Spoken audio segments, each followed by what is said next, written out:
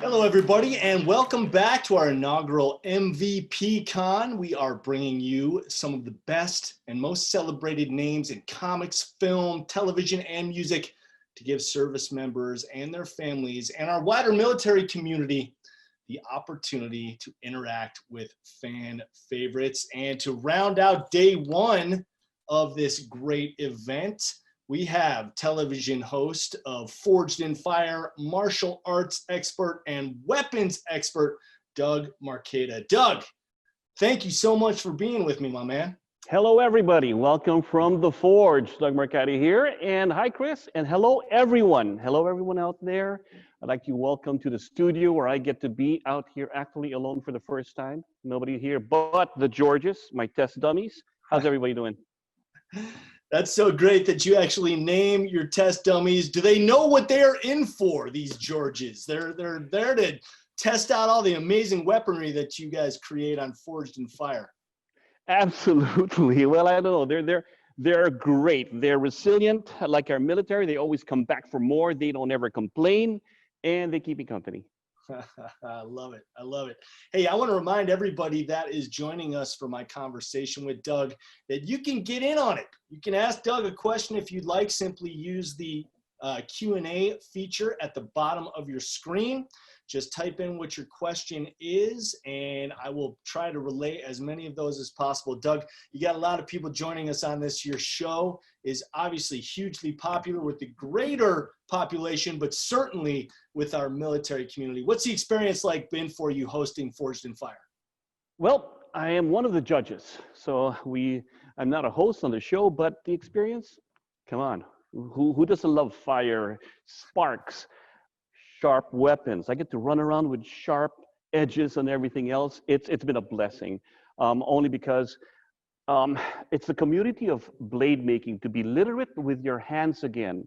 And that's something that I love to be part of, because so many times in this digital age, people forget what built America, what built us. We build things with our hands. And this particular show is all about building, having an idea, having a dream, and then building it and make it a reality and then functional. And in our terms, it's all about weaponry. You know, I had a chance to watch your YouTube video. You essentially gave us a tour of your knife collection. Most of those that you designed, I mean, that's so cool. Your mastery of knives and the weapons that you were displaying is just amazing. The dexterity of your hands and when you were handling those blades was just astounding to me. Well, I was lucky enough to have a great passion, which is martial arts and Kali, but it was weapons based. And I call it my cycle of knife, like cycle of life.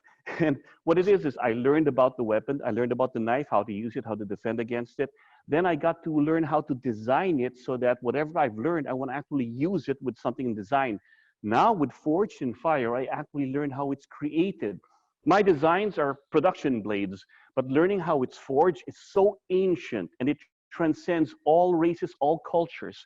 So it's, you know, part of our history, it's in our DNA. I think that we know about weapons from all the way from when man first realized that they are holding a tool. And, you know, as we progress, it turned into that. So that's my cycle of life.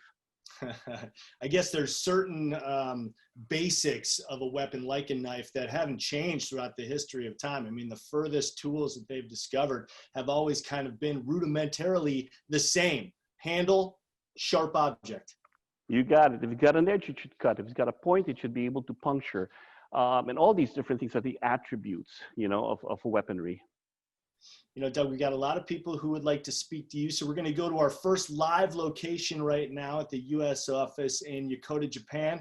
Yokota, if you could start your video and join Doug and I, we would love to see your smiling faces. There they are. How you doing, my man? Good to see you. Hey, good to see you guys.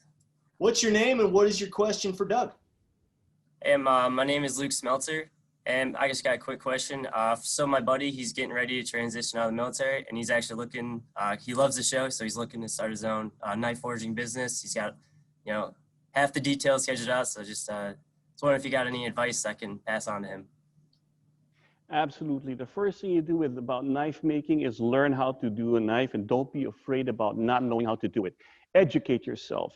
And in this time, It's all over the internet how to do that. Of course, Jay Nielsen, one of the judges, say, buy my DVDs, but educate yourself and then try it.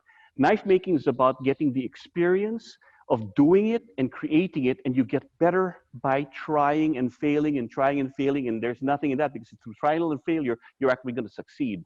So don't be afraid to do it. I know people think of bladesmiths as these burly men and blacksmiths and everything. Oh, we got machines for everything else. And a lot of our new contestants here are people who do it as a hobby. So it doesn't take long to learn it. You just got to learn it. And once you learn it, you develop confidence because you learn how to do it. You learn the ins and outs, and you realize, oh, I can do this. Because we have bladesmiths from the youngest I saw was actually 6 years old, but his dad was helping him out, all the way to 70 years old making blades. So everybody should be able to do this. They can do it, and I've seen it. So just tell them, just do it. Hey, we appreciate, awesome. Appreciate your question. Thank you for joining us, man, and especially thank you for your service. Is there somebody else there that would like to ask a question? I saw somebody lurking in the background there with a USO shirt.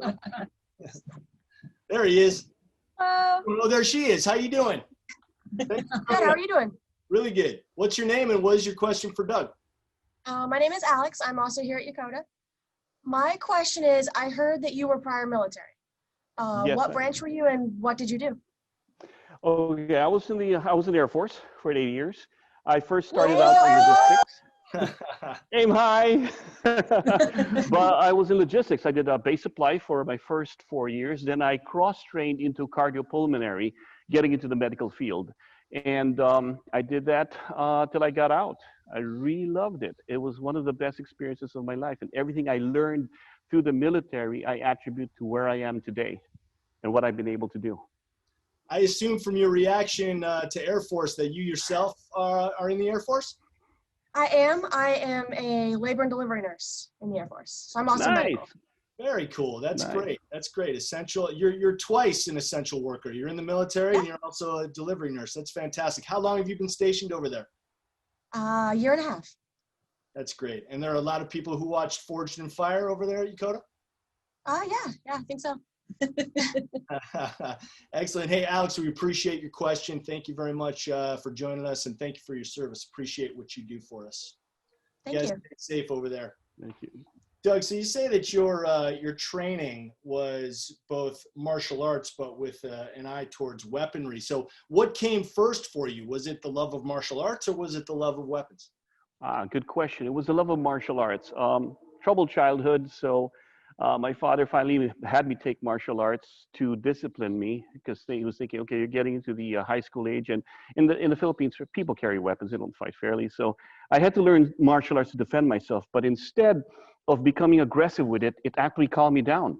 I thought I was going to get into it so I could kick more ass, and all that. And no, it actually calmed me down. But my greatest fear was always weapons, because I had an incident where I faced a knife and I froze, and I was afraid of that. But as I joined the Air Force, when I was in the military, I wanted to get back into martial arts. I actually met an instructor over there, or my buddy rather, who taught me about weaponry. And I thought, he did not have a weapon with him. We were kickboxing each other.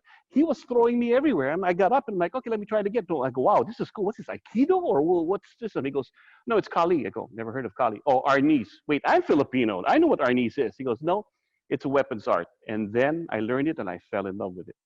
Wow. I faced my fear, and that was an awesome thing. I faced my fear and I learned so much about myself by getting into the weapon arts. Well, and that's a great lesson for anybody, is facing your fear and overcoming that fear in the process of facing it. So kudos to you, Doug, for doing this. Let me get to a couple questions that are in the Q&A box. Belinda Barron, she's got a couple questions. The first is, was there a particular military weapon that you love to test? A particular military weapon that I love to test. In terms of military, what exactly were we talking about? The weaponry that we have are all used by, when we say military, we have these up here, which are actually the services that we have. Air Force, you have your Navy, you have the Marines, and the Army, which are the sabers. If we're going to talk about the military weapons, I really enjoy using, I loved the Army saber that we have there, because this was the battle of the services. Sorry, Coast Guard, next time. But we only had room for 4, And I really enjoyed testing out the Army weapon because of the way it was made, the way it flowed, and the way it cut with it. So I really enjoyed that. And by the way, he ended up winning the tournament. But in terms of our service military weapons, I enjoy the Army's weapon right there. Well, Belinda would like to say thank you so much, and she appreciates your positivity that you bring to the show, especially in times like these. It is very needed. She is based, actually, it doesn't say where she's based. She is Army National Guard. But more importantly, Doug, she would like to hear you say your famous "it will kill" line, or even just how you say it. Your weapon, it will kill. There you go, Belinda. Hope you enjoyed that, and thank you very much for your question. I appreciate you joining us here today. All right, let's go to Donald Munoz. He says, hello from El Paso, Texas. Hey. What teachers of Filipino martial arts did you study with? All right. So actually, Donald, I was stationed close by. I was in Holloman Air Force Base, New Mexico. And one of my first teachers in Cali when I started was Gaudiosa Ruby of Comjuca, Cali, right there in El Paso. So there you go. That's the first start I got over that. But once I got stationed in other places, I had to actually start with Edgar Solite from Lameco and Leo Gaje and Jun De Leon. I just traveled the world to learn from different instructors because that to me is what completes me. I've learned different martial arts, different systems from different people because that's the only way you're going to learn your weaknesses and your strengths. Very cool. All right, Crystal Bellew, I hope I'm pronouncing that last name correctly. She would like to know, how important is it for you to bring the historical content into the weapons development? It's important because we try to educate, you know, the audience. We try to educate. The show is about making a blade, but we also add the element that these are iconic weapons made throughout history. So because of that, you learn to find out how was this made, or at least make you research into this particular culture, this particular people. And then when we see their weapons, you go, okay, based on what we know, how does it work? How well can it do its heel test? How well can it do its sharpness and strength test? But when we do these different weapons from different cultures, we get a chance to also talk about them. And that's what I love about it, because it's also educational about, of course, history. Well, that's a great answer, Doug, and that leads to a very nice follow-up question from Lindsay Powell, who asks, which historical weapon that the contestants have made in the final round has been your favorite so far? There is one particular weapon, a chattel, that was made by a mastersmith. It was one of the wildest swords made because, number one, he did a great job. But when I wielded that weapon, it made a sound through the air because it was so sharp, it was singing. And that was by, oh, he's gonna kill me. But he was one of our champions. He actually beat one of our judges. But that chattel blade, there was a curved blade, was one of the ones that really made an impact on me because when I wielded that and when I cut through a side of beef, it was so sharp, I actually had to stop myself because it cut like butter all the way through and I almost hit the floor. That's how sharp it was. Oh my gosh, that's so that will always be embedded in my head. All right, Bert Foster, there you go, before he kills me. It was made by Bert Foster. Bert Foster, all right, getting some credit there. Doug, I wanna just end this small section of Q&A with something that is actually coming from an account that bears your name, Douglas Marcaida. So I think you might realize this is a trick question. Which of your three sons is your favorite? Hello, my boy, my devil dog, Lance Corporal Marcaida. My favorite son, the one that I love the most, my sons. Tricky. You knew that answer was coming. I knew. I'm so proud of him that he's part of my family, in the family of service members. I've got a Marine, I've got a first responder, Alex, and my youngest, Jaden, and all my boys are I'm so proud of them because hopefully that they obviously, my devil dog joined the Marines, not the Air Force, but nonetheless, he's doing great. So proud of him. So proud. That's fantastic. Well, congratulations to you on having that strong family, Doug. That's very, very cool. All right, let's get to our second live location. This is also in Japan. This is in Okinawa, and I know we have some fans waiting there to ask you some questions as well, Doug. So if we can have Okinawa join us right now. There they are. How you doing? Welcome. Thank you for joining us. How's it going, Doug? Big fans of the show and big fans of you. And thanks for everything you guys do. I'm Lieutenant Chris Hosvick. This is my wife, Johanna Carlson. We're both nurses here in Okinawa. So Great, thank you. We're Navy, not Air Force, but we still appreciate all the Big, brands. same family. We appreciate you guys. What is your question for Doug? So I'm really curious about what it's like on the set. I see some of the guys, they get so hot and worked up. Is it that hot for you guys, or are you far enough away? What's the atmosphere? So here's kind of like the distance of where we are. That's our table, and that's where the forges are. It gets hot in here because we have 4 forges that are running, and we have the vents and everything. We have AC running, but when it gets really hot, I mean, it's very hard for them because some of them stand in between the forges. And we tell them, don't do that. You know, get away from the forge while it's heating up. But you have to also understand this.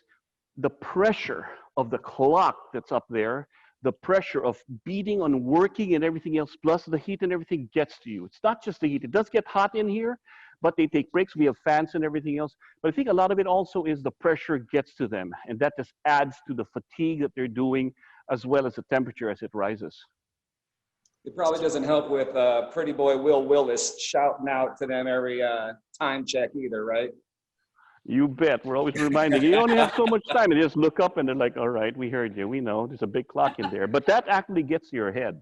That clock is people don't understand that when it's competition mode, everything you do, you will forget sometimes. We call it competition amnesia, and it happens. Right. Hey, Doug, I got a question about the crambit. I know you like crambits a lot, and a buddy of mine gave me a crambit about the size of a velociraptor's talon. It's way too big.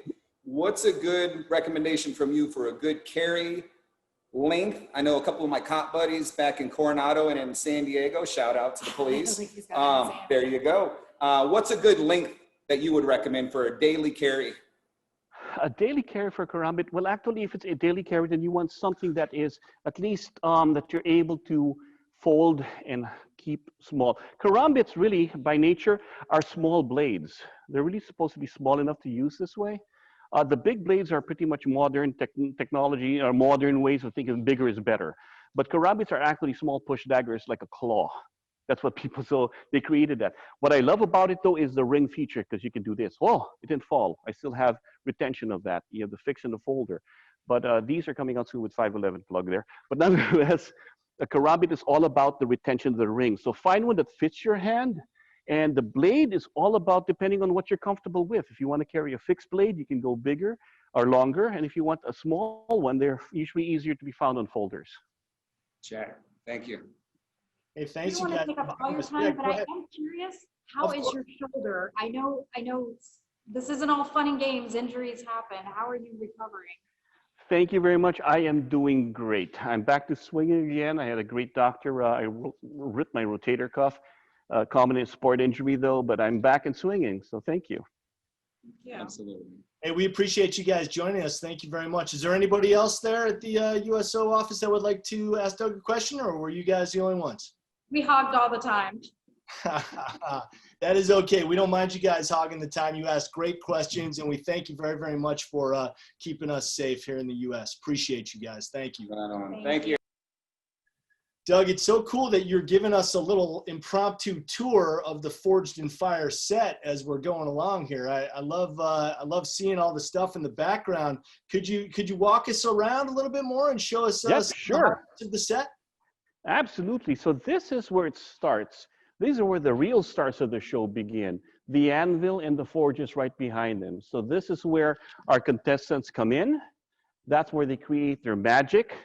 And then when we reveal whatever they're going to be using from here, they take that and put it into the forge. These are gas operated, and the forge pretty much get it very hot. Once you get it all hot, now we can move that metal.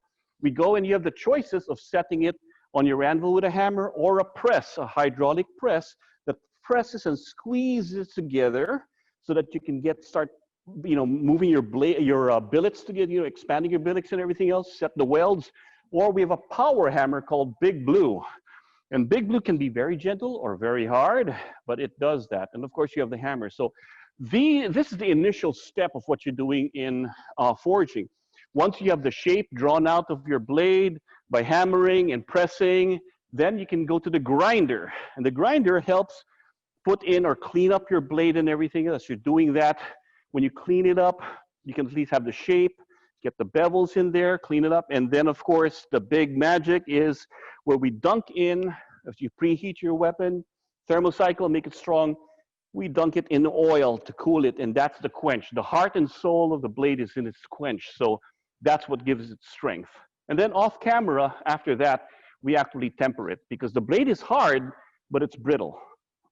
Off camera, we start to temper it so it takes the brittleness away. And then, of course, second round, we come out here and we actually do a lot of the handle making material, because handles are what connects the end user to the blade. If I can't pick up anything, who cares how good the blade is?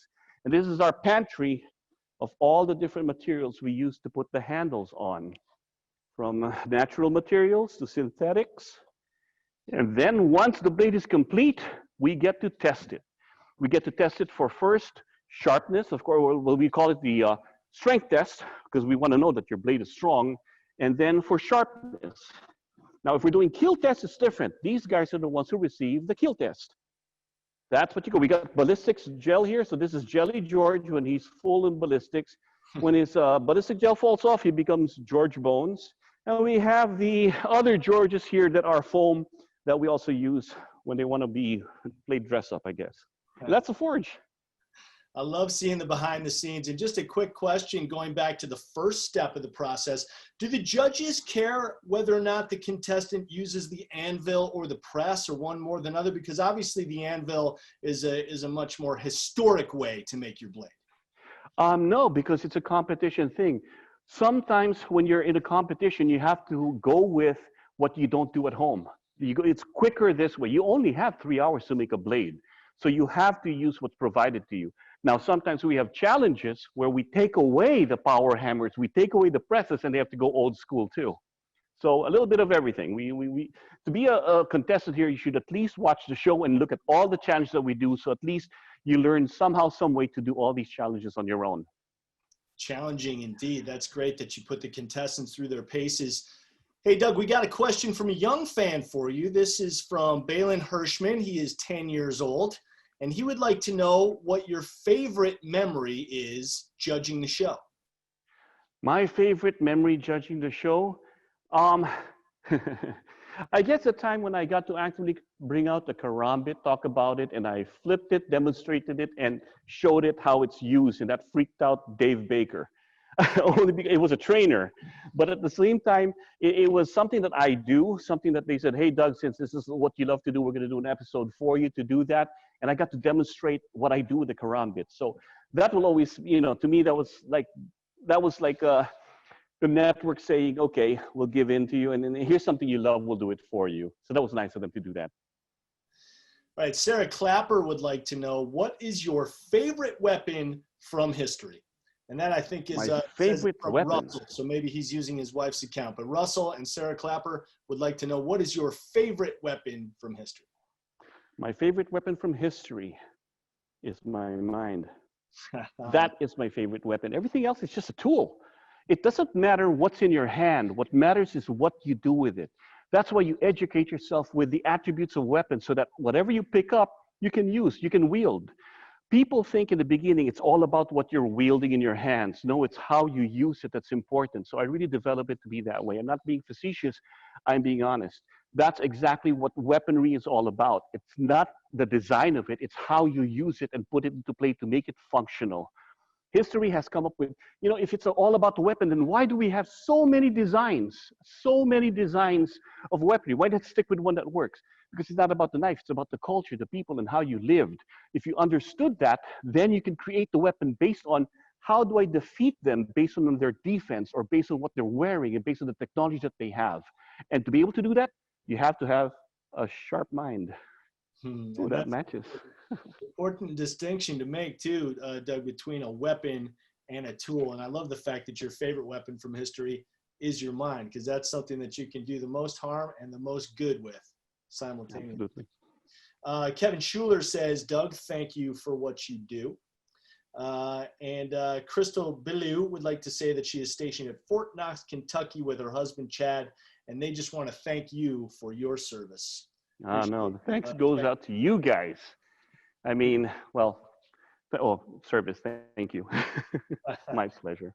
Pulley checking in as well, Doug, saying hello from Iwakuni, Japan. The question is, as far as weapons-based martial arts goes, what is your preferred weapon of choice? Well, my preferred weapon of choice is, I guess, aside from the mind, if I have to pick up a tool, a karambit works for me in close quarters because of the retention. I just like the feel of the retention. The blade itself can be designed anyways. There are straight karambits, there are curved karambits and everything else, but that's my preferred thing simply because I'm able to do a lot of things with my hands. I'm able to pick up things with a knife. So if you have a knife in your hand, you're limited to what you can do with that. With a karambit, you're able to actually do more. If I may demonstrate here real quick. So I have a karambit in here, but I can also pick up this and stay safe. It's a hand sanitizer. But you see how I can do all that and still maintain the karambit in my hand. So that's my preferred thing because of retention and to do a lot of things. Not just, be tied to having that weapon in the hand. Because in combat and stress situations, the knife does fall down a lot. Yeah, things get slippery, things get knocked around, and having that karambit hook around your finger, obviously you're not going to let go of the knife. So that's a great point to make. Kelly Buhner would like to know how old you were when you started martial arts training. The actual journey, when I was young, I'd say about 10 years old, I started classical martial arts like taekwondo, kickboxing. But the weaponry part of Kali, I didn't start till I was 25. So that's when I started my journey. You're never too old to start anything. Passion is forever till you die. And one of the things I love about my weapons arts is that I have grandmasters in their 80s who are doing this. As a matter of fact, my oldest student is 82 years old. Wow. During the COVID time, I trained my father-in-law, and I'll be releasing videos on my YouTube channel, Instagram, of how he was able to learn it. A guy who's never picked up a weapon, who's had two shoulder replacement and 2 knee replacements, learned Kali in 3 months. Simply because he had the passion to want to learn something. So as long as you have that, you can do anything. That's what it takes, is that passion. That's a great story, Doug. Thank you for sharing that. Now, I understand that on the show, sometimes a blacksmith's weapon will be broken, and sometimes the blacksmith's weapon is broken by you. Alexander Zurcher would like to know, do you ever feel bad about that? I always feel bad when a weapon is broken, only because I know what it took for them to put it together. You see, the forge is like life. We give you an idea. I've got an idea of my child. We give you the materials to create it, and you put it into the forge. That's like putting it into a womb. Then what comes out of that, you beat it and you put it through fire, just like life makes you stronger and harder. And eventually when you're done and you're formed, just like life does that to you, you present it to the world. We present it to the judges. And what do the judges do? They test it and destroy it. It's like, you're killing my kid. But in the end, I feel bad because to me, I know what went into that. And despite the fact that they put all their time, if it breaks, I feel like, well, you put your heart and soul into it, but unfortunately, this what happened. And I feel for that. But at the same time, it is a competition show, and we are expected that the best blade will win. Doug, Lindsay Powell checking in with us, and she wants to know something that's probably gets asked a lot. Why did the show change from the dummies being filled with blue dye to red dye? Well, the Smurfs were complaining. They were figuring that you're using the... I don't know. I guess we were allowed to go with red dye.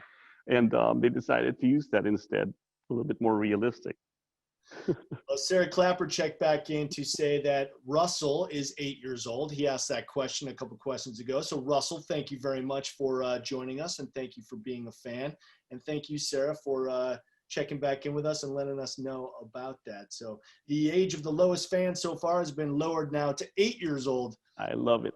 Gotta love the... One of the things I love about the show is this family show. A lot of the fans are people who watch it with their families, from father, son, daughters, and everything else. It's something they sit down together and they get to watch something together. And I'm so honored that we have a show that's a family show. Yeah, that's really cool and really important, and you guys do a great job at it. Lauren Luce would like to know, says, hi, Doug, stationed in Minneapolis, Minnesota, and it's Dustin, I guess, so maybe another guy using his wife's account. I never have clarification on these, so I just got to put this out there. Says, stationed in Minneapolis, Minnesota, also in transportation in the Air Force. Question is, I know you have a passion for martial arts, and I'm curious if you are still doing any training in the military as a contractor, and if you started doing instruction while you were in the military. No, I didn't start my instruction for contracting in the combatives till I got out. So this was a passion started in the military. When I got out, I was in the medical field. That's what I did for a living, and I loved it too. But I maintained my passion and trained all the time. What had happened was a lot of my students were actually people in the field of instruction. I had defensive tactics instructors in law enforcement, and my military guy became a contractor. So they pulled me and go, listen, we have a need for this. Would you create a program for us to teach these units? And that's how I got in. So I didn't do it till I actually got out of the military, and I started doing seminars everywhere. It just so happened that my students were instructors and they brought me into their world. Very cool. All right, a question from a military spouse here. Melanie Benton says, I'm a huge fan of you, Doug, and retired EMT and respiratory technician, married to a retired UASF E8 SM SGT. Doug, what is your most favorite knife to make and craft with Damascus steel? Well, if I had to, like I'm saying, I'm a designer of a knife rather than an actual forger. But Damascus steel just brings out the beauty of any blade that you make. But I'd say I've really enjoyed the kukris because it's very curvaceous, it's very functional. And the design that Jason Knight has created is really beautiful as a kukri and very functional. And you put that in Damascus, it's a beautiful piece of work. Doug, we have someone from Texas checking in with us. This is Brian from Texas. He'd like to know, have any of the judges taught you how to forge? Yes, Jay Nielsen actually taught Will and I to forge. So we went to, on our time off, we actually went to his home and in his forge studio, and we got in there and he taught us how to forge. So we had a chance to make a blade there. Jason Knight, another former judge of the show, is actually also invited me to come over eventually and start forging with him too. Very cool. There's another technical question on the show, or a logistical question, I guess. Kevin Baxley would like to know, are both rounds of forging on the show done right after the other one, or is there a break in between the rounds? There is a break in between the rounds. In TV land, of course, it seems that it's continuous, but in reality, no, we're not that mean. Robert Nolan is from Washington, D.C. Says, Doug, I have trained with you at your seminars, which were very insightful. Do you have any plans to write a book? A book? Well, it's in the works where I'm actually starting to put a lot of my stuff on video. I don't know if I'll be writing a book for that, but I will be putting the curriculums on video.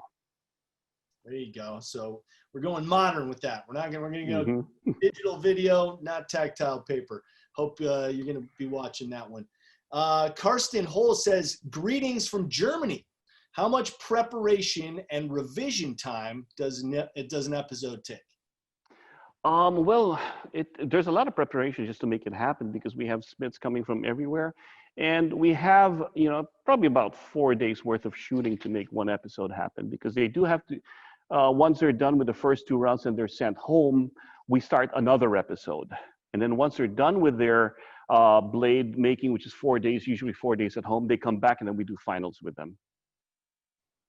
Kristen Bello with another question here. She said that her husband, Chad, and Crystal are from Fort Knox, Kentucky, and they're wondering why oil is used in the quenching process. It's one of the faster ones to quench when you're able to cool it down. So the oil is viscous. It's easier also to keep in here. So when we use the oil, it cools it rapidly as compared to brine or water or other substances. And it's one of the ones that the judges actually our technical judges over here have decided to have for the competitions.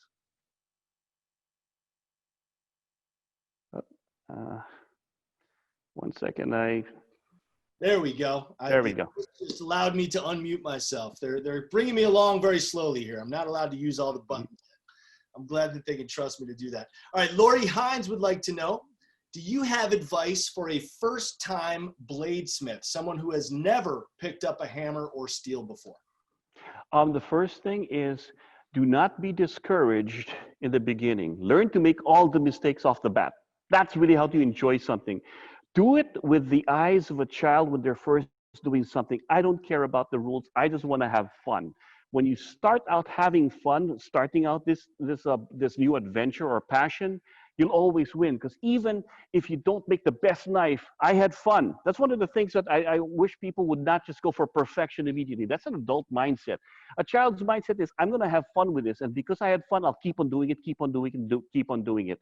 And in so doing, when you're having fun, you start to want to find better ways to do it while having fun. I want to learn this from this person. I want to learn this technique. I want to learn all that.